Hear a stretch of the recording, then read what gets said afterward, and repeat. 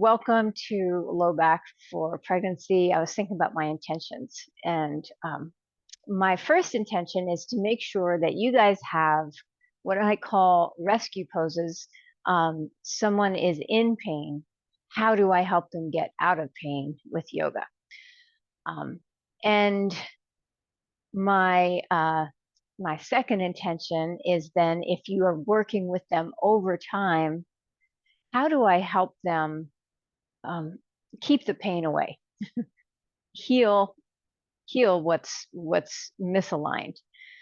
Um, my underlying secret intention is to make sure you guys understand that the answers to all of this and so much more are really in yoga, in the 5 natural elements. I have been teaching based on these elements for 20 years. I use them whether someone is in agony and, can't move and their back is out, or they are an athlete. And they are so incredibly powerful and useful that I just feel passionate about sharing them. But if I said, I'm going to give you a workshop in the 5 elements, nobody would come. So let's make it practical. But I'm going to be explaining also this sort of system that you can use. Okay, here we go. Somebody is in pain. My example is a friend of mine called me. Her husband was just like, couldn't move. I had to go over there and help. It could also be a student that you have who, they're just like this. They can't really do the poses. The first thing we want to do is help them find space. If we're talking about the lower back, the way that we find space is to return the spine to its natural curve. Let me grab skeleton bob and show you that the lower back is supposed to curve in. A lot of us are told we should tuck our butt under, and that will help us not have back pain. It might help right away because it creates a stability that the body needs, but it's not creating space. So we're going to create more problems. And in fact, that's where most low back pain comes from. We've lost the curve.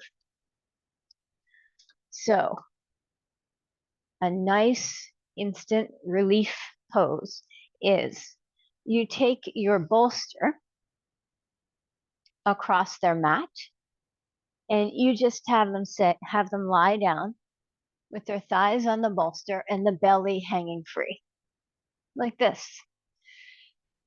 Now, if you don't have a bolster, you can stack up some blankets. The important thing is that the bolster is under the top of the legs, the thighs, even the pubic bone. But as we know, we want space for baby as well. So we don't want to smush the belly.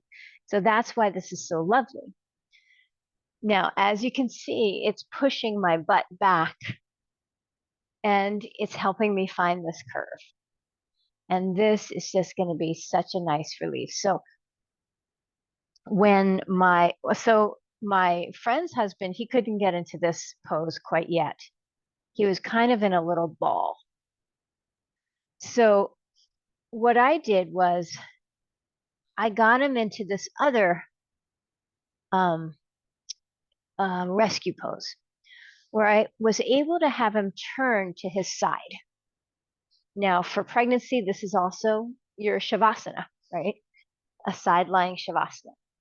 Something between the legs, and then watch. I have them move their butt back. Let me do that in a different view so you can watch my butt. Okay, here they are.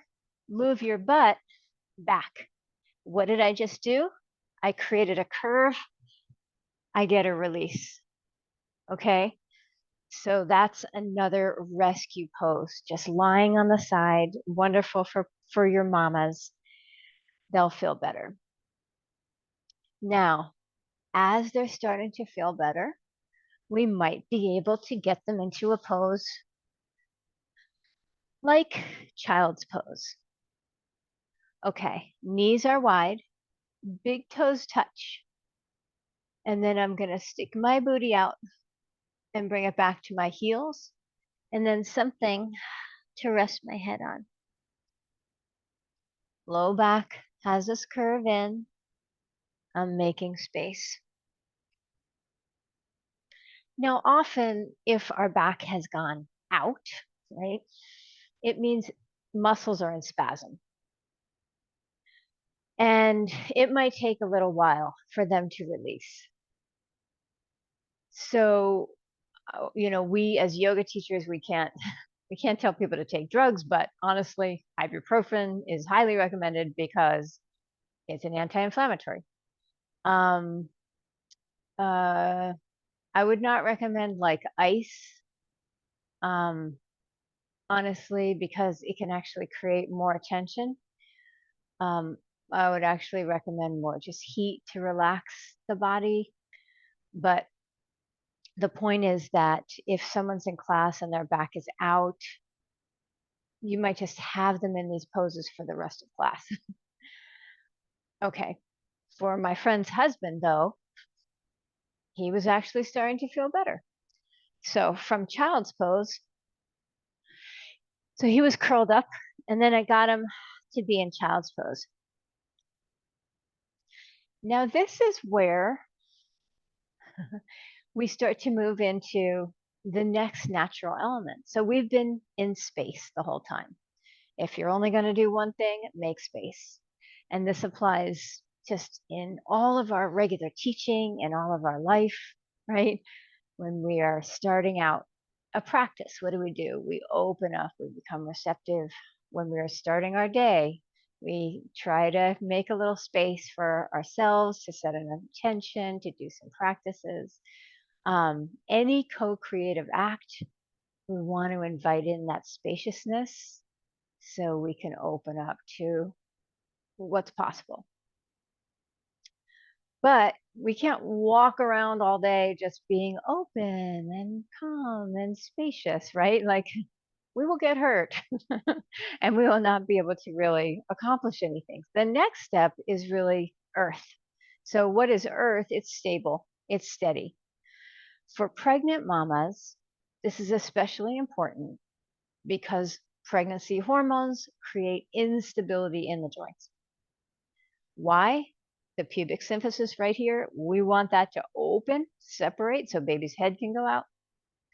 And yet it's happening in the elbows, in the shoulders, in the knees, and yes, in the pelvis and low back. There's a lot of instability. So the next thing I would have a mama do is place a block between the thighs. Right away, they're going to hug in. You don't even have to tell them. It's just this natural thing. And hugging into the center creates stability. And then they can stick the butt out. They might even, or maybe this is next class, they've come back, they're like, yeah, it's a lot better. I still feel it a little bit, but it's a lot better. Okay.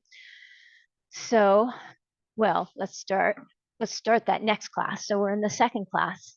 We want them to start by making space, which means if you have them sit up on something and almost like they're falling forward, look what happens. They make space in the lower back.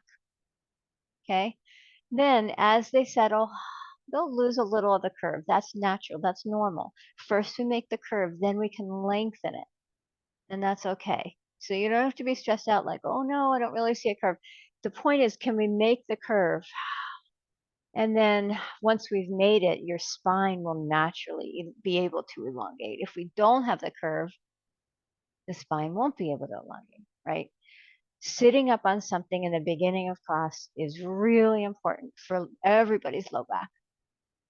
100% of my students are sitting up on something all the time, pregnant or not, but definitely pregnant because of the tendency for this to happen. So here I am talking about opening our hearts and being spiritual, and they're starting to feel like, oh, I don't feel. It's very hard to feel spiritual when your back is hurting, right? So we start them here. We might then start them with some gentle movements, right? Again, just staying in that space element first. And these are like um, guideposts through your class even. Okay, so we've given them space, we've connected them to their breath. Now, let's create some stability with a block.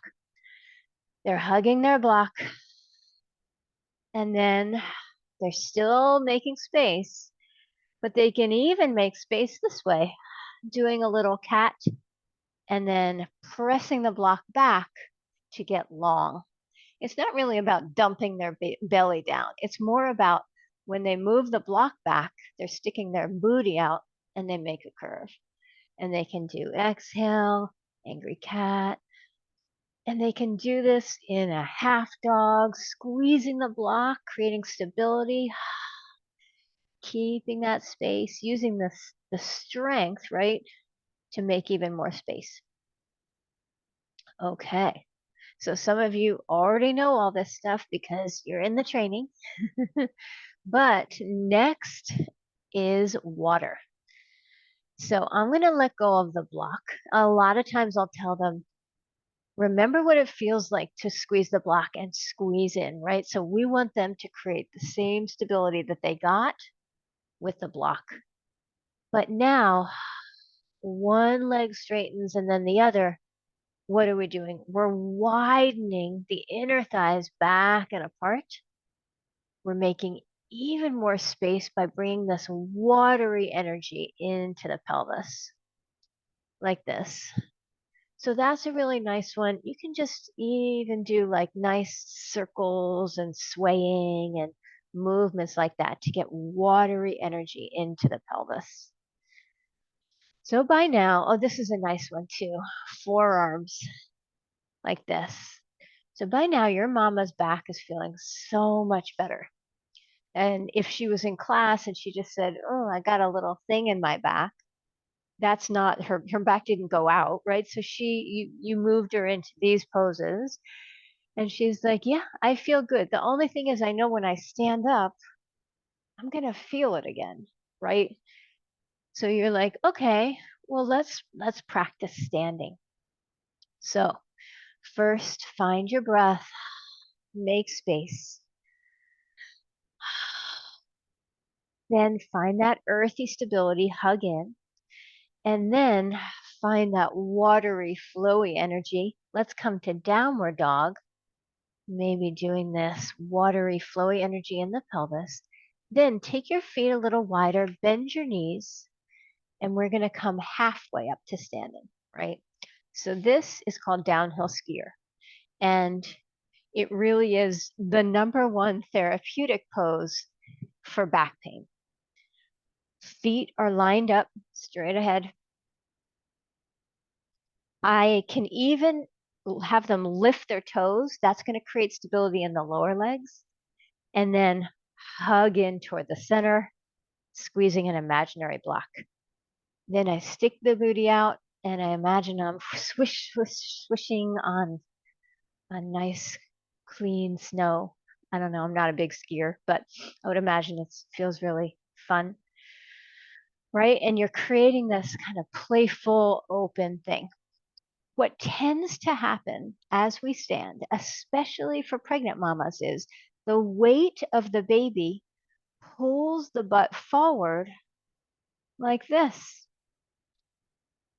So this is where we bring in fire, okay? Fire meaning the core or mula bandha.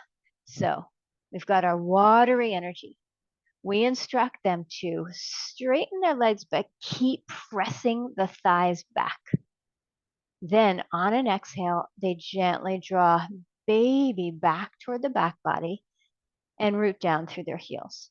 You see the difference? So one is the thighs go forward.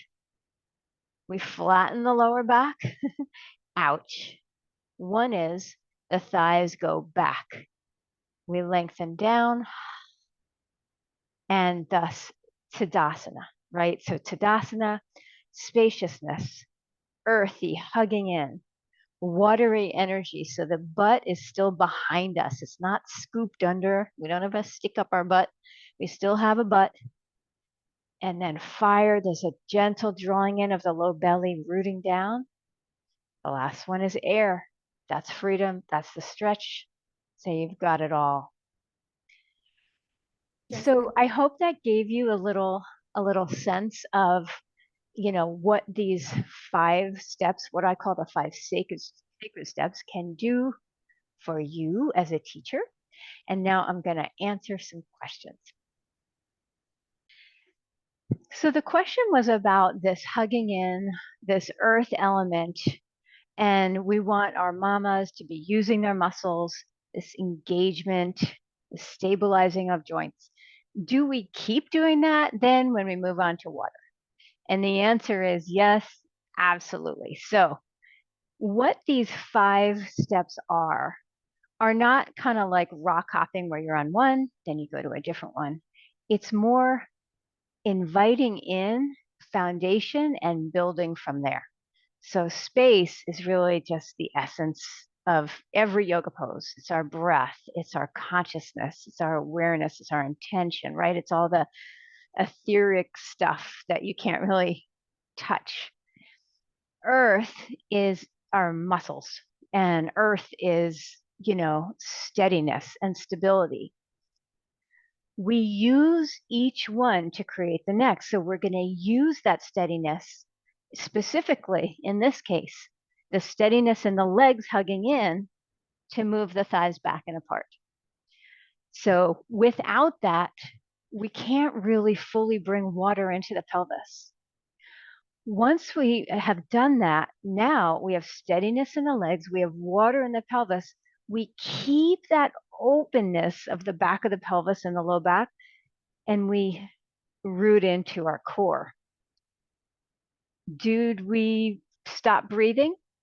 We don't want to. We don't want our students to stop breathing. We still want them to be spacious. We still want them to have that hug in. We still want their butt to be back behind them, even though they're lengthening, which is why when I first learned alignment, my teacher would use this phrase a lot. He would say, tuck your tailbone, right? So I'd be like, okay, here we go. I'm going to take my thighs back, and now I'm going to tuck my tailbone. I literally, I believe, spent years going back and forth. First, I have this nice watery energy, then I'm very serious and I have this fire. And I could never figure out why I always felt like I needed to be adjusting my body. So, what I cue now is thighs back and apart, root from hips to heels, or tailbone, lengthen your tailbone towards your heels. So it's not going under. And I literally think this is the difference uh, of, for male students versus female students. I really think so. I think that women have, for whatever reason in our culture, have more of a disconnect from what it means to just stand in your power.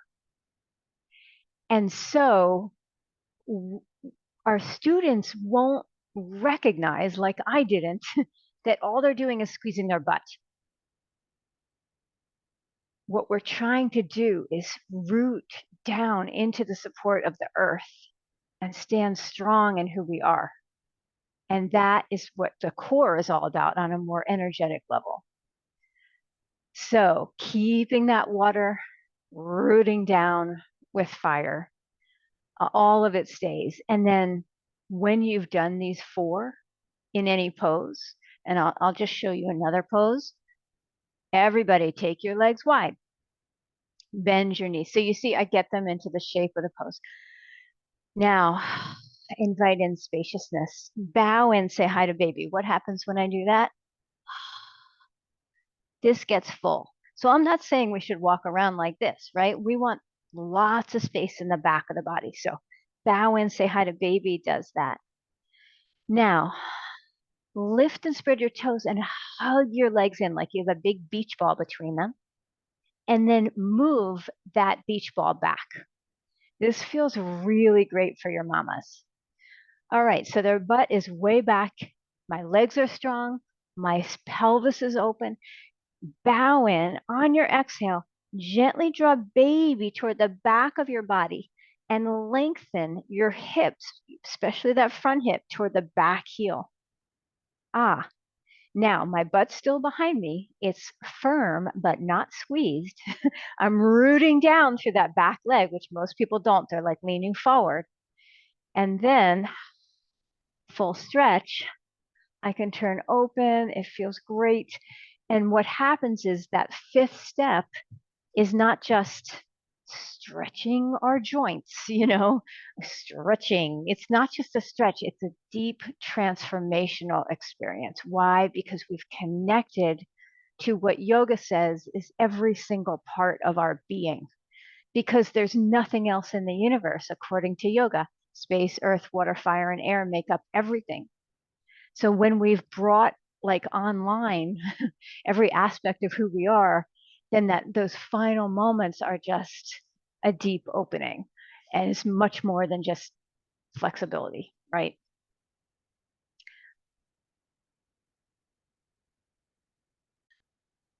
So the question is about diastasis recti. So diastasis recti is where the abdominal wall splits, which it has a natural split, but it splits maybe more than normal, and then it doesn't go back, okay? So about 4 finger widths probably is considered, having it, 2 to 3 is probably normal after you have a baby. But you can get it to weave back together. So what causes this is a similar thing to what I was saying. It's not when you have a big belly, like, so skin stretches, and that's not, that's not necessarily going to cause any issues. What at least adds to the risk of having diastasis recti is pressure forward. And you can see the thighs going forward, the butt going forward, the belly going forward. Now we're pushing on the abdominal wall, stretching it open.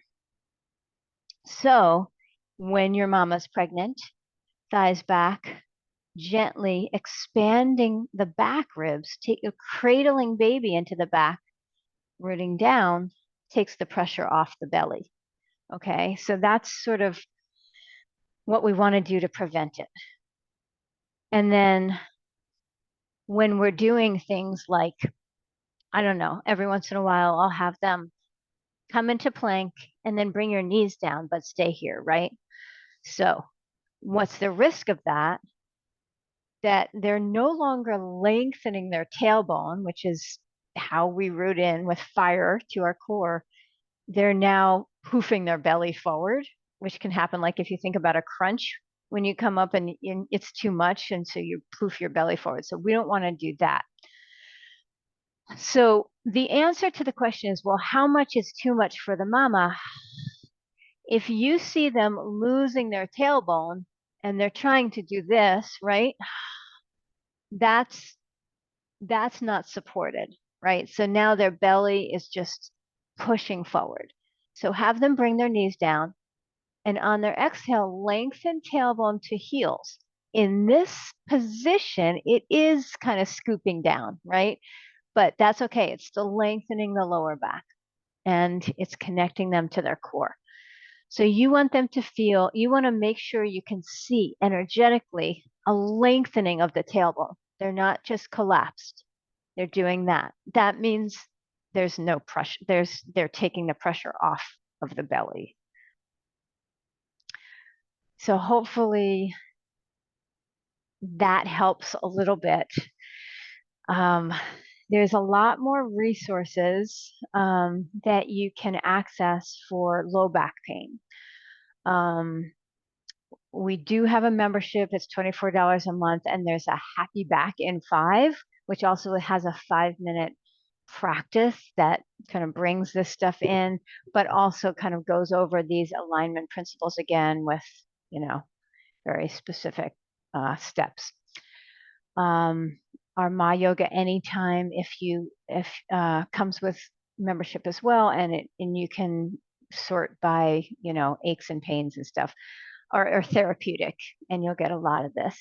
And of course, there is the free 5-day prenatal training, which takes you through these steps. And then there's the full certification, um, which includes the yoga of pregnancy, the yoga of healing, which is really therapeutics, kind of like this, but for all the aches and pains that not just pregnant people, but everybody experiences, and off the mat self care and birth prep. So thank you for watching. Please reach out if you have further questions or if you want to be directed to useful resources.